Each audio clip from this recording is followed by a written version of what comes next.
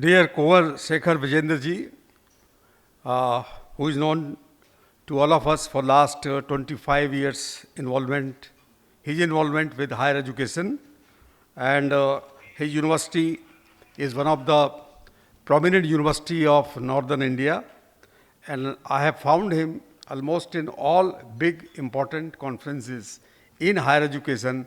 So big applaud to the young leadership of Dr. Kuwar Shekhar Vijen. And thank you, Manish Chabla, Director, Indian Education Network, to invite me also, along with my colleague P. Palanivel, the Secretary General of EPSI. Some of you may be knowing well that EPSI has been in higher education since 2005. And we started our journey 20 years back. It was inaugurated none other than by late Dr. APJ Abdul Kalam, and now more than 500 universities and 6,000 colleges are connected, affiliated with EPSI. We are working closely with the Union Government Ministry of Education and some of the state governments. We are having chapters across the country. I would take not much time, just would have some discussion or interaction with you about the future of education in India and also in the world. And some of the trends which are likely to happen in next 25 years may be known to you, but we have to understand the future of higher education in the context of very dynamic, radical changes and shift which are going to happen in our lives and beyond our lives. Number one change is that the average age by 2047, when India will become 100 years independent country, the average age around the world may be around 100 years. So we will be happy that in ancient times, Indians used to say, Jivem Sharda Satam, let us live for 100 years. Because of sickness, because of lack of resources, the average age at the time of independence was hardly 30, 32, 35 years. Now it is 70 years average age in our country. So number one trend will be that within next 25 years, it may be possible scientifically and because of the lot of research are happening in the medical sciences and lot of technological disruptions are also likely to happen. And I am surprised, very small thing, I am having diabetes and the doctors have give me a patch, and the patch is here for 15 days. Whatever I will eat, the data will be generated. Hundreds and thousands of data sets will be generated, and my doctor will get the data and he will write the prescription based on the data in my body. It was not possible 10 years or 15, 20 years back. So first trend will be the age will be 100 years, and the working age also will expand. Till now we have been working 40 to 50 years. And when the people will live for 100 years, they will have to work 70 or till the age of 70 or 75 years, 80 years. Because the resources will be required because of the high cost of medical treatment. So the working age will also increase. Number three, many of the young people will leave the jobs after working for 25 to 30 years. Young and bright, they will not work for 60, 70, 80 years. They will leave the work, they will become entrepreneur, they will pursue some passion, they will pursue some hobby, or they will work for the upliftment of the society. Number three, the growth of technology will become exponential. There are two kinds of growth, incremental and exponential. Most of you are teachers, educators in science and technology. When we take 30 steps of 1 meter each, we may cover 30 meters. When we take 30 steps, you may be using your Samsung clock for counting the steps taken by you during the walking in the morning or during the whole day. So if you take 30 steps of 1 meter each, this is incremental growth, you will cover only 30 meters. If you go for exponential growth and you take 30 steps, it will be around 1 or 2 billion distance will be covered, which will be equal to the diameter of the earth.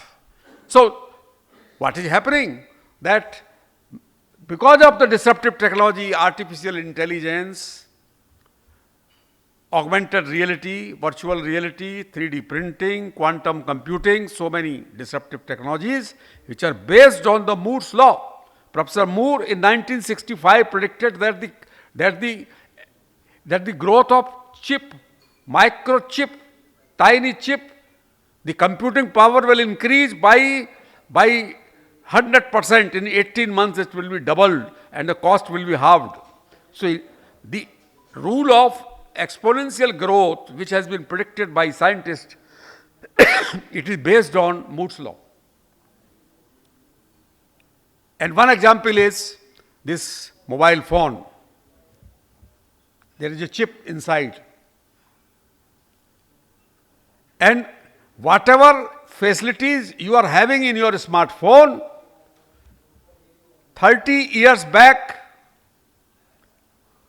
it would have cost you around rupees 1 crore. It has a supercomputer also. It has a camera also, very powerful camera. It has a encyclopedia, it has Google, so many facilities, hundreds and thousands of facilities you are keeping in your pocket. So I would like to say that next 25 years journey not only will be very fascinating for India, it will be fascinating for the world also. And next trend will be unpredictability of the geopolitical situation and the technological growth. You can't predict future. What will happen tomorrow at Paris? You can't predict. I was talking to Professor Sitaram when AICT is going to release the approval handbook for the next year. He was jokingly saying that who knows tomorrow? Even in India, many times some unpredictable things happen. Nobody knew that so many people will converge on Kumbh. Lakhs of people used to come, crores of people used to come, but nobody imagined that 40-50 crore people will come for the Kumbh. Because nobody was counting. Nobody could imagine that how people will furiously reach to the place, because everybody think that it has come after 144 years, 12 multiplied by 12. And there is some religious significance. People are going, facing difficulty till 50 kilometers, no vehicles are allowed. They are walking by feet, keeping a headlong of their food item on their head. They are going, government is unable how to manage it. So India will have best of the opportunities, world will have best of the opportunities. And this inequality of wealth will not stop India or other countries like China to compete globally with the superpower which has enjoyed this status for last 60-70 years.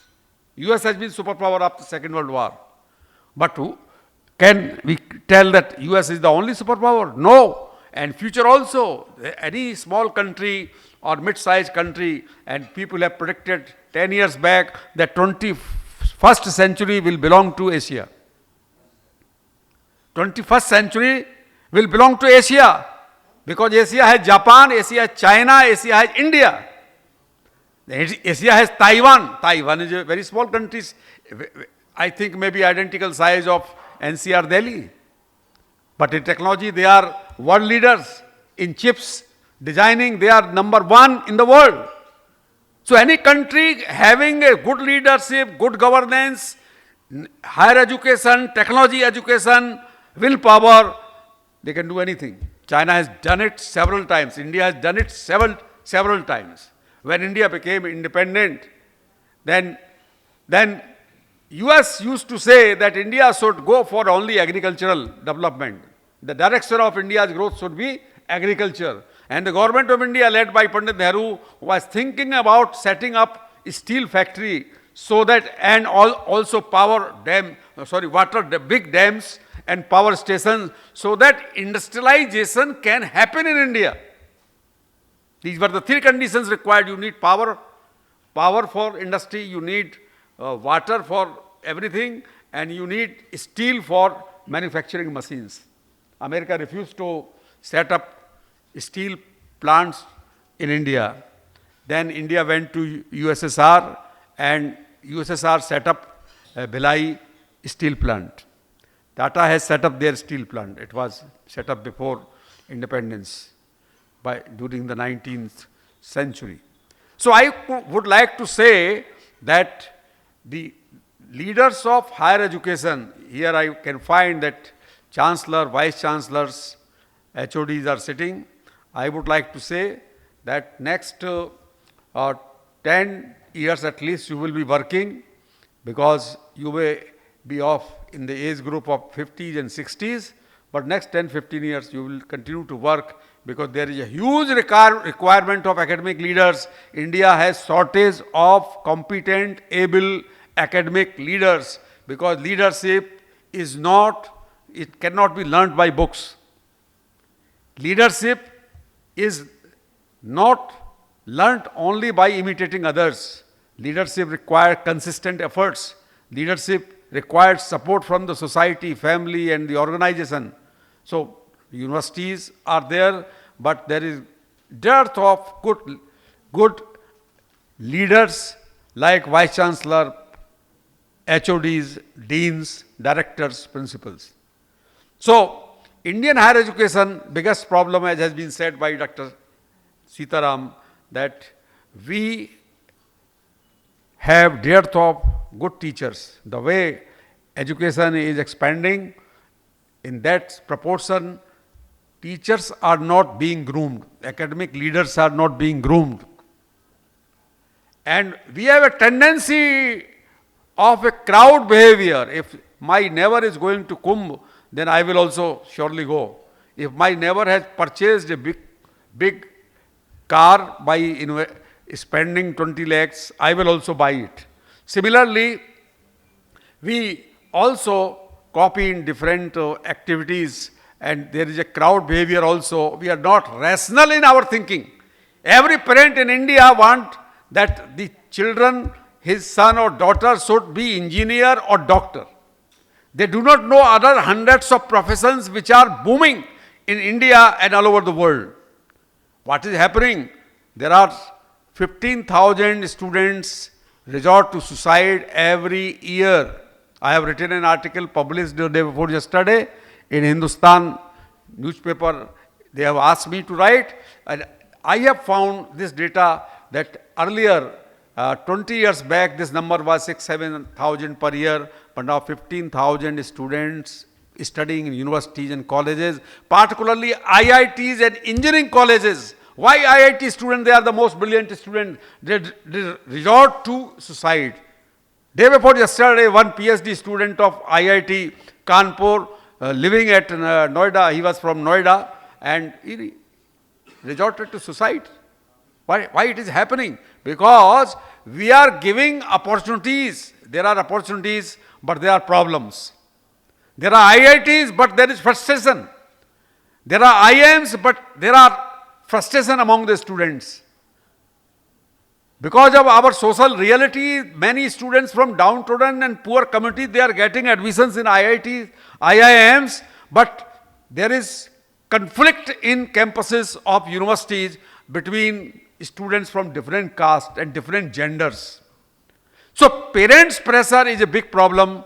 So we have to negotiate with the government, we have to negotiate with the parents, that those who are coming to your colleges, they should not be forced to study any particular discipline like engineering or like medical or like management.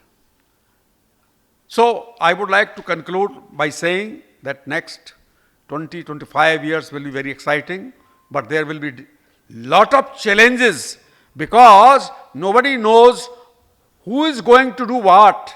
and resources will not be a big constraint. In the 19th-20th century, the capital was the most important factor for the growth of any business. But now capital is not the most important factor. Most important factor is what? It is not machine, it is not material, it is not capital. It is the human talent. Human talent will determine destiny of your country. Human talent will determine future of your university. How much time you are investing in your talent, working in your university, studying in university. Are you preparing the future leaders in your university? I know, having worked in private sector, that the tenure of a vice chancellor or of a principal is not 10 years or 15 years or 20 years. It is mainly 3 to 5 years, and changes are very fast, and there are reasons from both sides. But we cannot run the universities if we do not have the stability and the attrition rate is low. So ultimately, the human talent will be the biggest differentiator between a good university and a bad university, between a good university and a mediocre university. So quantitative expansion will surely happen, but are we sure that along with the quantitative expansion in the number of students studying in a particular university, are we having a human touch? Are we concerned that let there be no frustration, depression among the students studying in our university or colleges? Are we concerned that we will not allow any student to take a drastic decision to kill themselves? So these are some of the human issues. My friend Dr. Manna, Vice Chancellor of Chandigarh University, has just arrived. I know him for last 10-15 years. I know some of you, but I will be happy to keep in touch. Thank you.